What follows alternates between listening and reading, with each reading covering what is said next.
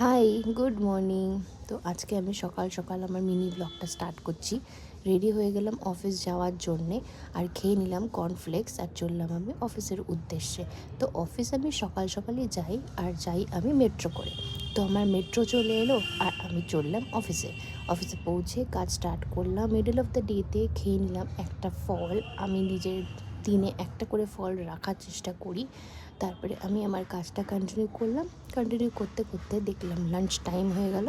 তো লাঞ্চে আমি আজকে খুব সিম্পল রুটি, সয়াবিনের তরকারি আর মিষ্টি খেলাম।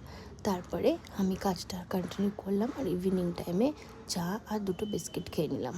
খাওয়ার পর অফিস থেকে বেরোলাম। বেরিয়ে আজকে অনেক দিন বাদে কচুরি খেতে ইচ্ছা করলো, তো কচুরি খেলাম। আর আজকে একটু পুজো দিয়েছিলাম, শনিবার ছিল তো তাই।